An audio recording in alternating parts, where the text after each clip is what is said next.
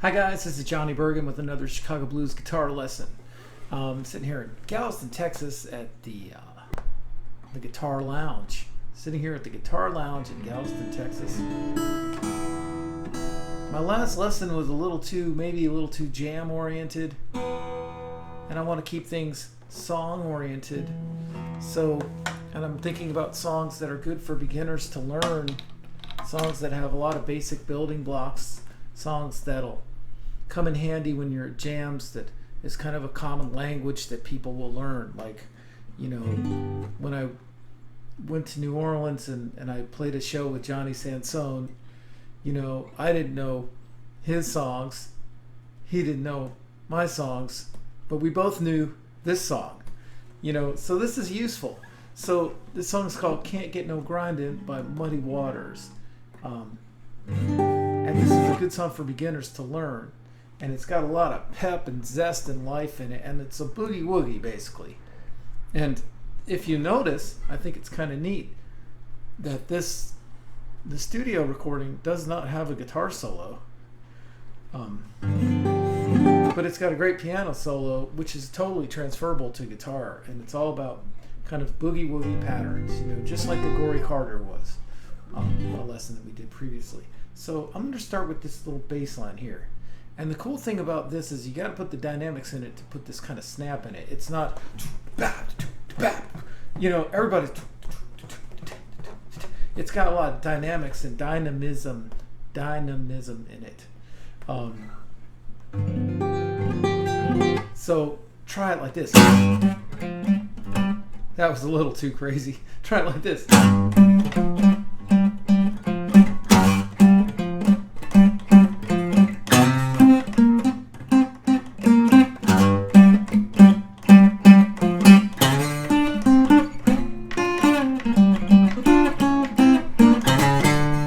This song should sort of keep you at the edge of your seat. It's not like a riff like In-A-Gadda-Da-Vida that just repeats in this sort of mind-numbing way. It's really vivacious, and it keeps you on the edge of your seat with the dynamics and kind of a snap. There's a snap into this like that, which is just 2nd fret, 3rd fret, and then that's a G. This is a G, and then the technique that I always talk about was just a roll. You're here in the 5th fret, and then you're going to roll over. Then you just got to pick up. You can use it'd be hard to use your thumb. You could just pick up your 1st finger, put it on the 3rd fret, and what you have now is this. Okay? Now, just these notes are in a million songs. Like that song, I forget the name of it. It's off that Louis Myers record. This. But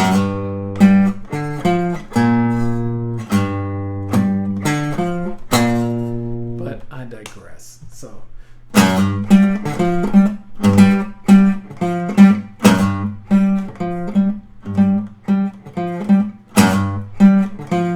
Yes, you changed there, but the best thing to do is just learn one thing at a time. You don't have to add on the changes until you really got it. Until you can do it in your sleep. Then you add on the changes.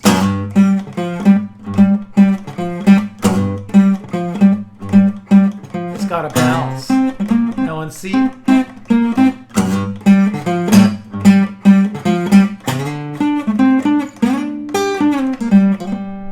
That's cool. That's what I do.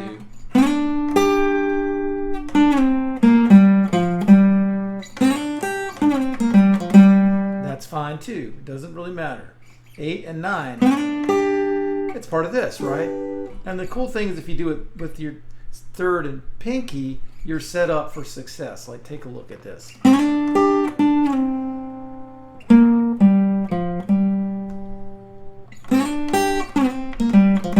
do that too, but I like the flowingness of this. And then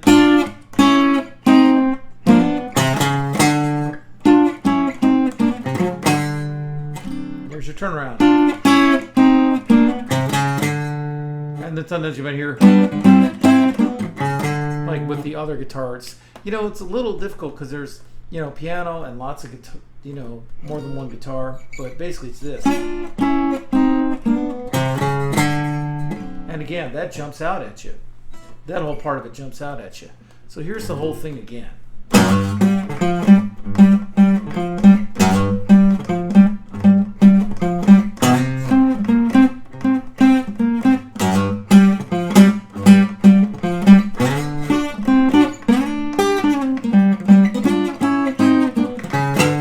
Just get a nice big downstroke. I had a little meal. I cannot sing the song and play that pattern to save my life, but that's the whole thing. Playing it well is going to be, it's never, it takes effort and practice to play this well. And if I was a rhythm, so now that we talked about kind of the skeleton of the song, and there's another turnaround, which is just,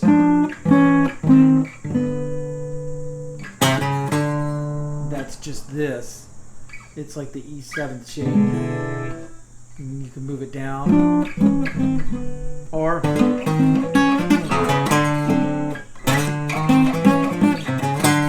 but it's not really on the studio record. The studio's record is just like we said. But if you were the other guitarist, you can go or.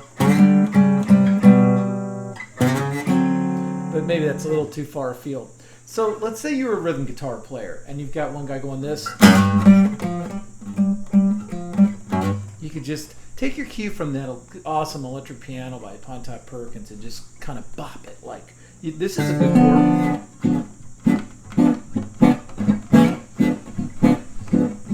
Or your seventh like this. This is the seventh, or this is the seventh.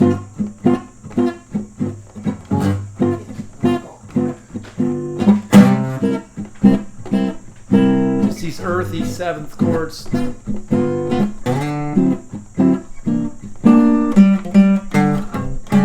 Yeah.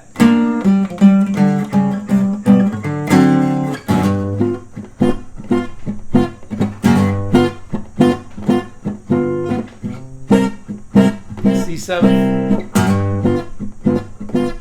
Try this ninth chord.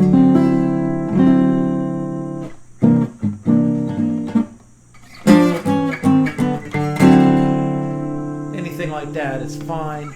You'll feel your way through it, and the piano solo is really great, and you could play it on guitar as like kind of a map for a solo. It's like I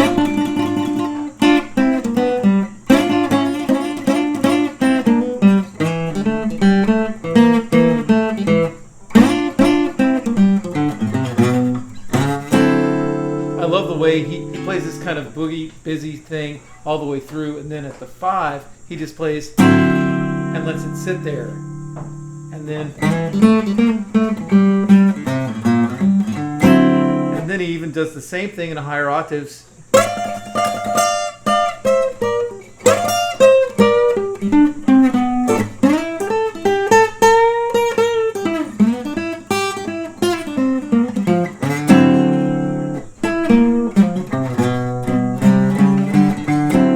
So it's really cool that he breaks the pattern at that moment. But that's kind of advanced. You don't really have to do it. You can just listen to the piano solo and try it on your own.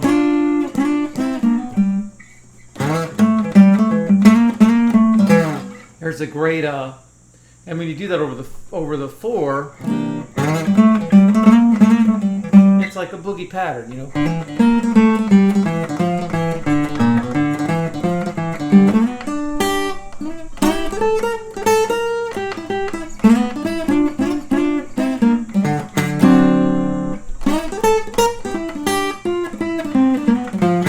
That definitely sounded like something that could go in there, right? But it's just a boogie woogie.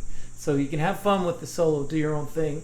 There's a great one from Muddy Waters Live at Montrose where he goes, that's Sammy, of course. That's the best solo ever. He does this in there, and he does this.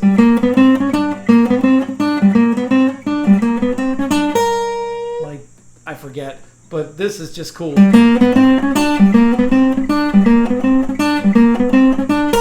But that's kind of more advanced. I just want to get a good rhythm guitar part going for this song, and the skeleton of the song and the turnarounds, and put the snap and the life into it, and have fun playing this song. And don't forget to have fun and do your own solo, but practice something that really has a boogie feel to it.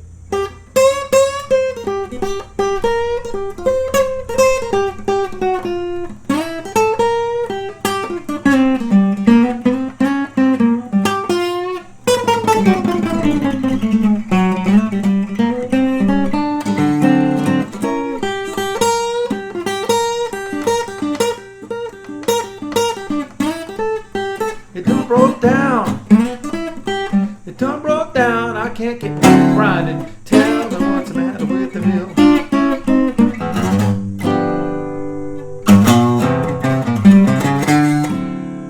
That's the way Rick. I went to play with Rick Crayer. He'd do this like something like that. But have fun with this song, and see you next time. Do subscribe to my YouTube channel for more looks at the blues greats, the great guitar players, the great songs, stuff to get you up and running, confident on the bandstand, and where you feel like you know what you're doing. You know when you know what you're doing. All right, thanks a lot. Bye-bye.